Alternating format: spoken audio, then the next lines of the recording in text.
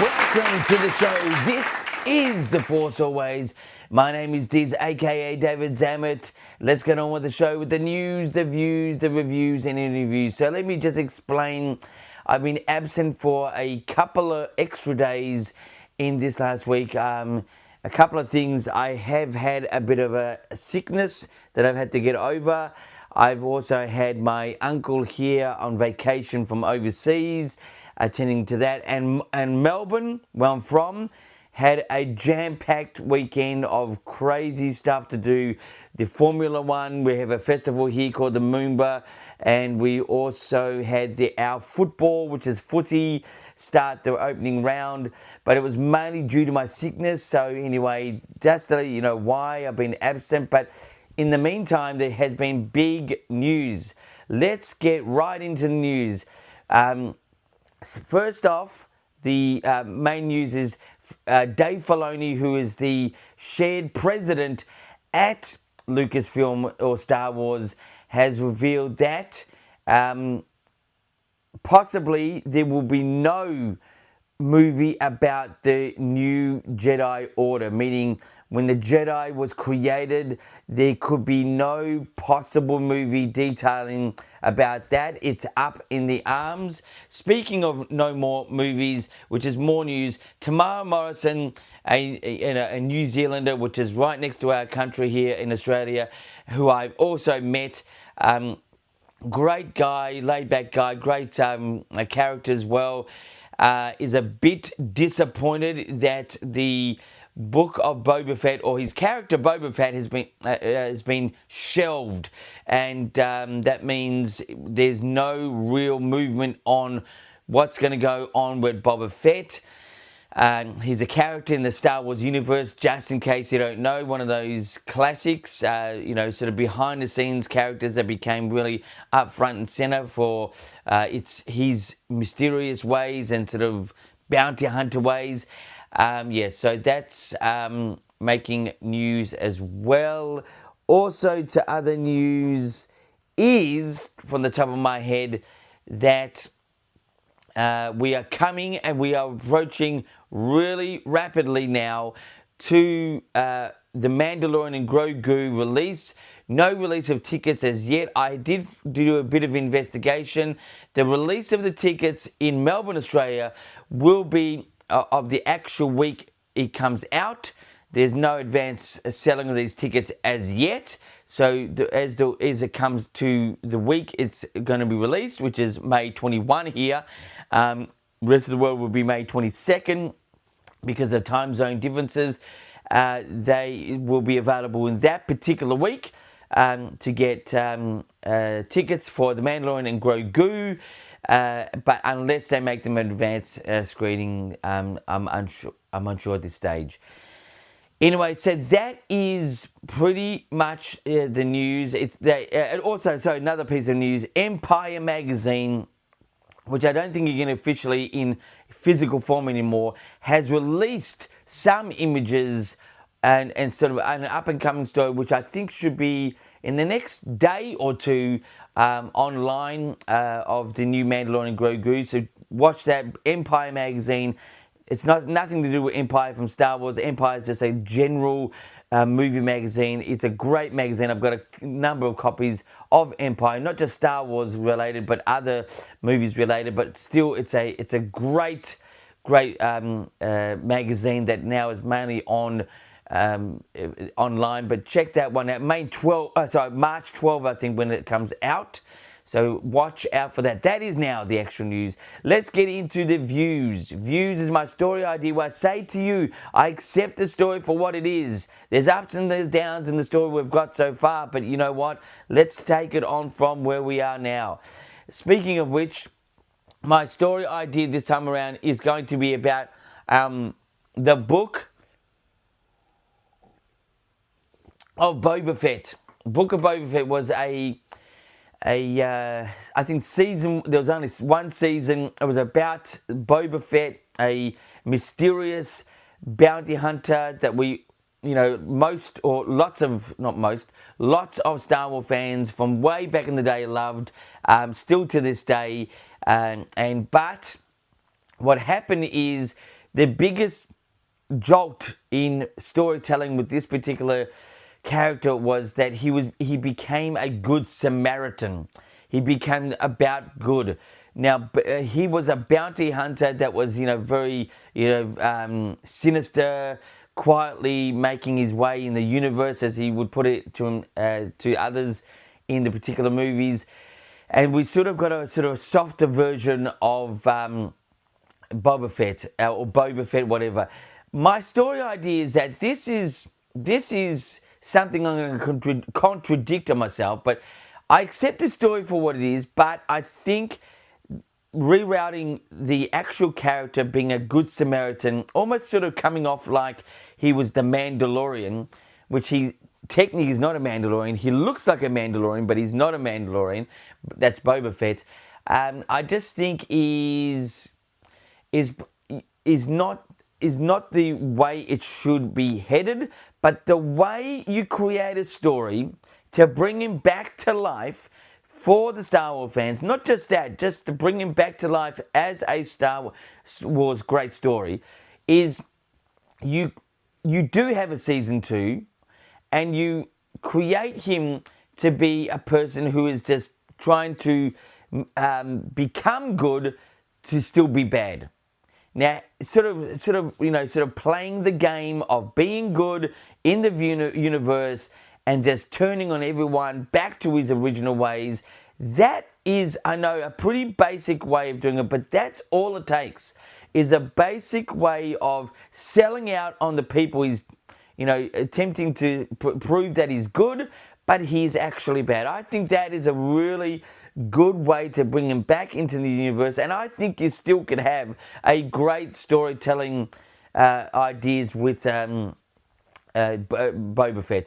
I think the way Darth Maul, the Shadow Lord Maul animation series, what we're going to get very soon, is going to show that the underworld in a TV series, even though it could be all about the bad and the evil and stuff like that, is actually good storytelling, and I think it can still work. I know it's not so family-friendly Disney, but this is what the story requires, and I think Boba Fett can actually come back, but they really do need to get a move on.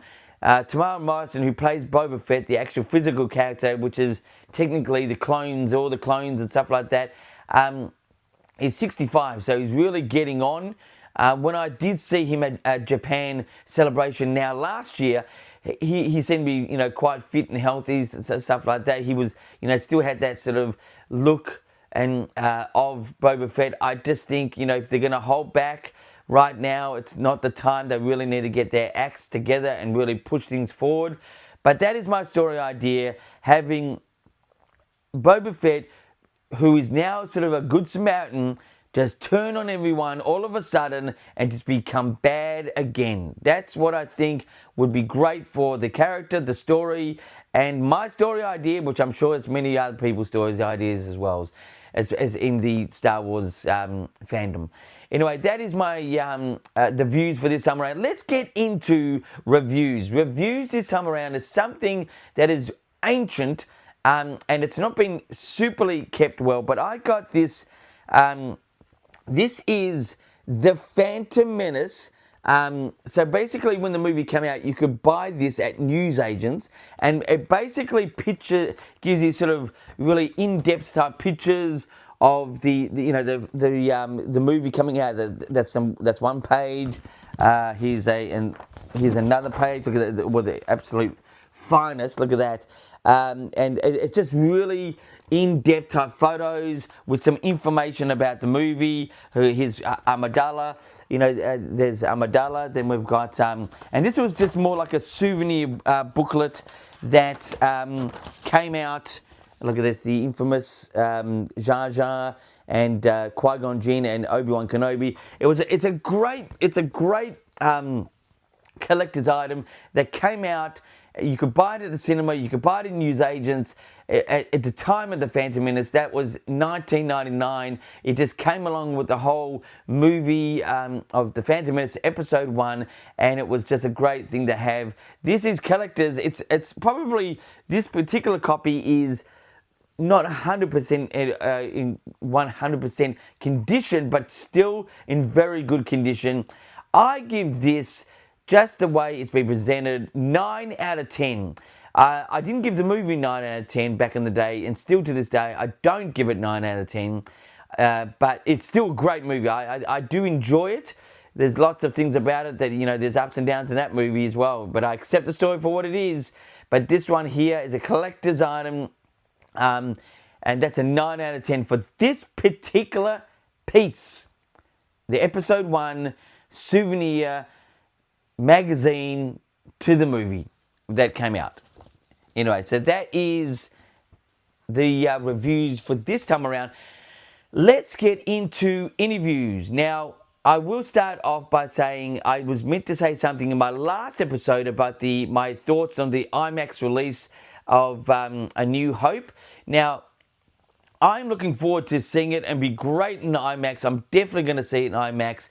The only thing I'm going to say is that now unless they remaster it, really make it clean, to see it in a really big screen will be sort of interesting and great to some of us, but the general movie audience seeing something that was made in 1977 in such a magnified way, visually especially, is going to be a little bit sketchy.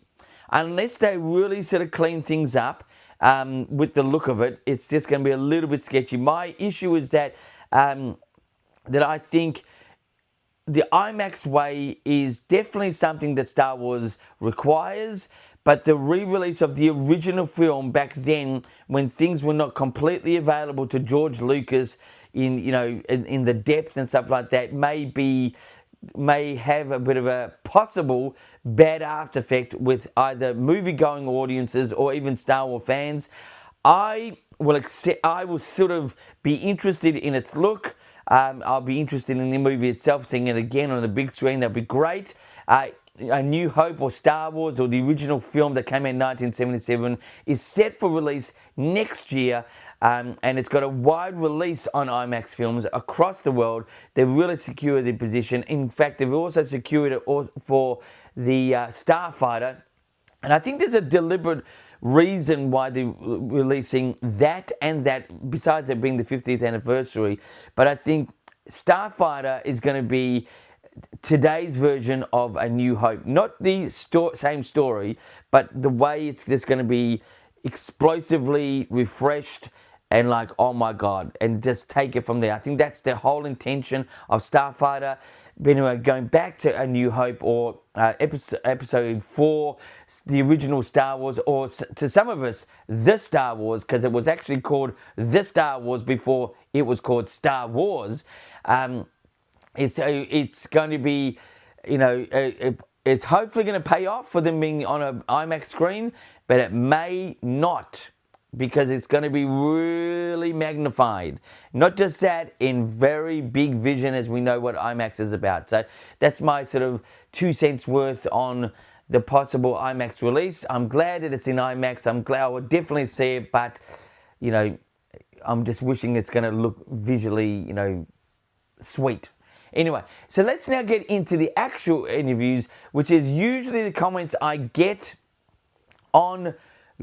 And Michael from Werribee South, he's a big watcher of the show. Now, it doesn't have to be just Michael from Werribee South. You can, send in your questions, your comments, whatever you like, deemed appropriate for the channel. But let's see what we've got this week.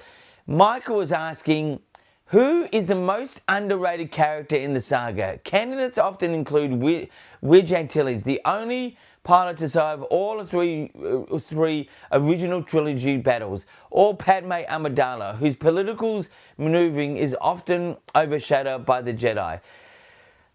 Who's the most underrated? In my opinion, the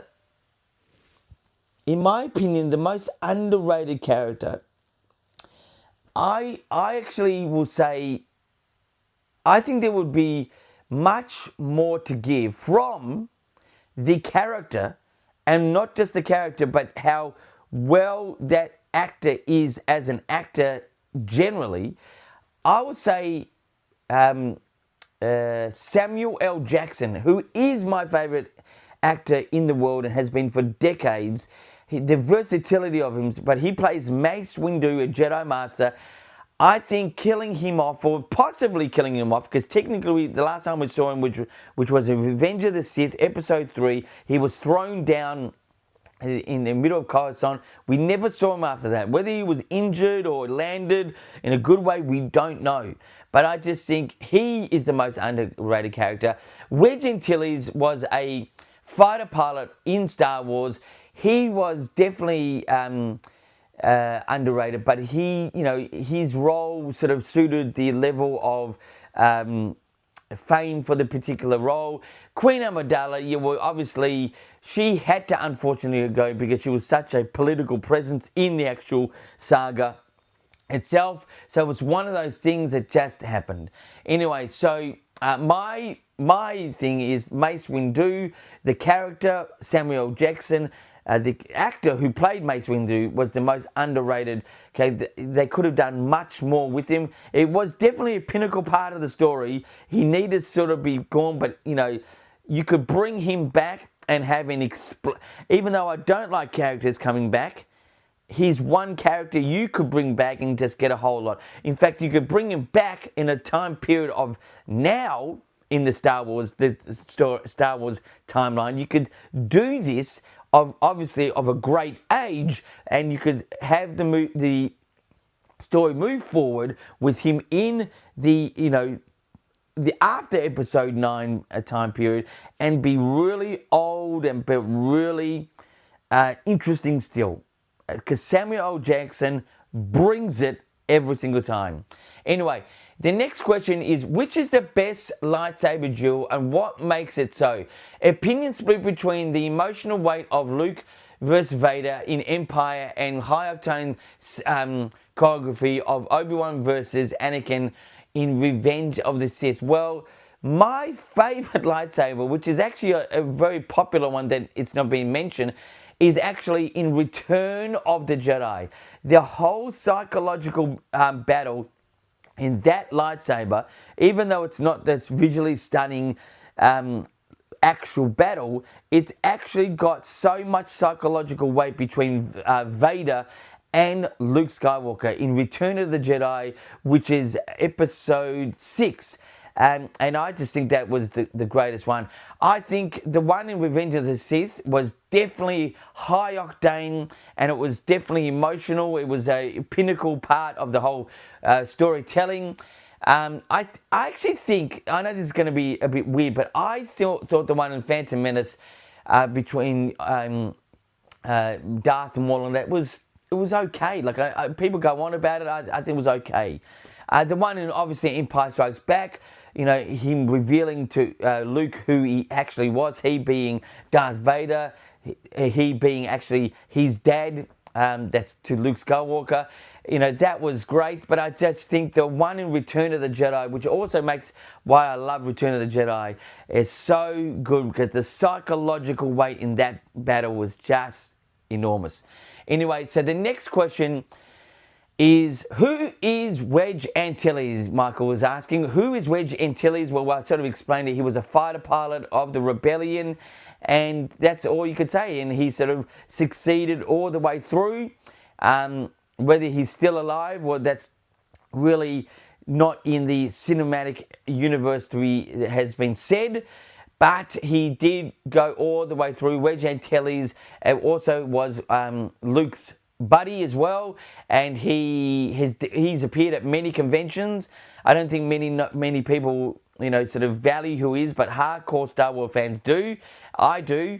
Never sort of had that opportunity to take a photo or get an autograph from him, as these type of events are just so filled with so many things to do that you sort of you've got to just say hey or nay to certain things. Anyway, Wedge Antilles was a rebellion starfighter pilot.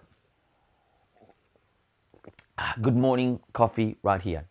Anyway, so that's the answer to that question. The next question and next answer to the question is Anakin Skywalker's redemption earned in Return of the Jedi. He spent decades as a mass murderer for the Empire. Does one final act, saving his son, truly balance his soul, or is it too little too late? Really, really good question. As I've said before, there is a Star Wars reality, and then there's a reality of reality. I think personally, for the reason that he was a mass murderer and just be redeemed at the end is a little bit loose. But for the reason that he did prove that he was this prophet saving the Jedi or destroying the Sith, technically at that stage, once and for all. I think personally he's accountable for so many things that have gone wrong. But it's a Star Wars reality. We've got to understand he has been redeemed. That is the story that's being told. Now, this is a part of the story that George Lucas was the writer for. So it's not just the newer Star Wars that you should be thinking, is this, make sense, or does this, you've got to also think the whole Star Wars reality, putting on canvas, being told to the people, all stories can be subject to dislike or like. I think this is a bit of a 50-50 thing, a bit of a grey area, but that is the story we got. That is the story I accept. The new stories, the old stories. And this is an old school story that I accept. Well, that's the story. Anyway, that's the answer to the question. Now, the next question is, should Star Wars have ended with the original trilogy? Some purists believe the story was perfectly contained in episodes 4, 5, and 6, while others argue that the expanded universe and spin-offs like Andor and the Mandalorian are essential. Look, it was perfectly contained. But when this is where you got to think of a different type of reality, Hollywood reality, which is an expression of movies. Hollywood is not where it actually came from, impartial. But if a movie makes money, then the actual movie company that owns it will definitely be making another one because they want to capitalize on it. Now, that is the way of the world in, just to create more money from something. Sometimes it really works, sometimes it doesn't. Personally, having it contained as the perfect trilogy makes sense. I would agree. But at the same time, Star Wars has such an urge for more storytelling. Whether it makes money or not on my behalf, I just think there's so much stories to be told, and I appreciate all these stories coming out. Whether they're great or bad, I love it. I really love it. But stories can be not come off the way we all want it, but that's how the story is. If you want the story to have it how you want it, my suggestion is contact Disney, Lucasfilm, pay them, I don't know, upward of $5 billion, and the story is yours. You can create what you'd like. Me, I don't have $5 billion. If I had $5 billion, I would consider, let me tell you. Anyway, the next and the final question from Michael, from Werribee South, because he loves his name so much, I'm going to say it again. Did Han Solo shoot first, and does it matter? This is an ultimate opinion debate. While the original 1977 cut shows Han shooting Greedo unprovoked, later edits changed it. The real question is, does Han shooting first make him more compelling scoundrel turned hero? Well, this is a story, again, made by our God of Star Wars, which is George Lucas, the writer-director of the original trilogy, the original movie with the original trilogy as a writer and producer, blah, blah, blah. It doesn't matter. Like, I just thought this is one thing, it really doesn't matter. Like, I to this day am just dumbfounded why this is such a thing. The actual scene has changed back and forth due to George Lucas wanting a reason and not a reason, whatever reason. For me, it's not an issue. I find it humorous that it is a thing, but you know, it's Star Wars fans, it's George Lucas, it's just having, you know, up and down opinions, whatever it is. It doesn't change anything. It may add to the Han Solo character, we don't know, but it just, you know, it's just a part of it's just a part of the whole Star Wars thing.